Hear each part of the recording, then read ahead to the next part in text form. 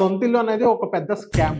ఎందుకంటే ఇప్పుడు మనం 1,50,000 ఎర్న్ చేస్తున్నాం అంటే చాలు మనం ఏదైనా ఒక ఇల్లు కొనాలి. ఈవెన్ మిడిల్ క్లాస్ వాళ్ళకి చాలా బర్డెన్ ఉండిద్ది. ఇల్లు కొనాలి, ఎట్టి పరిస్థితుల్లో ఒక ఇల్లు కొనాలని చెప్పి. మనం ఇక్కడ 20% మనం డౌన్ పేమెంట్ చేసినప్పటికీ 80% అనేది మనం హోమ్ లోన్‌కి వెళ్తాం. 80% మనం హోమ్ లోన్‌కి వెళ్ళినట్లయితే మనకి దగ్గర వచ్చేసి ఒక 50,000-60,000 వరకు మనం ఎవ్రీ మంత్ మనం పే చేయాల్సొస్తుంది. అది కూడా 20-25 ఇయర్స్ వరకు మనం పే చేయాల్సొస్తుంది. ఈ పీరియడ్ ఆఫ్ టైమ్‌లో అక్కడ మనం ఎంజాయ్‌మెంట్ చేయడానికి ఎటువంటి స్కోప్ ఉండదు. ఇంకోటేంటంటే ఫ్యామిలీతో బయటికెళ్ళడానికి ఉండదు. ఈవెన్ ఇంటర్నేషనల్ ట్రిప్స్‌కి వెళ్ళడానికి అక్కడ మనకి ఎలాంటి స్కోప్ ఉండదు. ఇక్కడ మీరు సొంత ఇల్లు మీరు కొనుక్కుంటున్నారంటే మీ సాలరీ అనేది దగ్గర 3-4 లాక్స్ అనేది మీకు ఖచ్చితంగా ఉండాలి. 3-4 లాక్స్ ఉంటేనే మీరు ఒక 60-70 లాక్స్ వర్త్ హోమ్ అనేది మీరు తీసుకోవాల్సి వస్తుంది.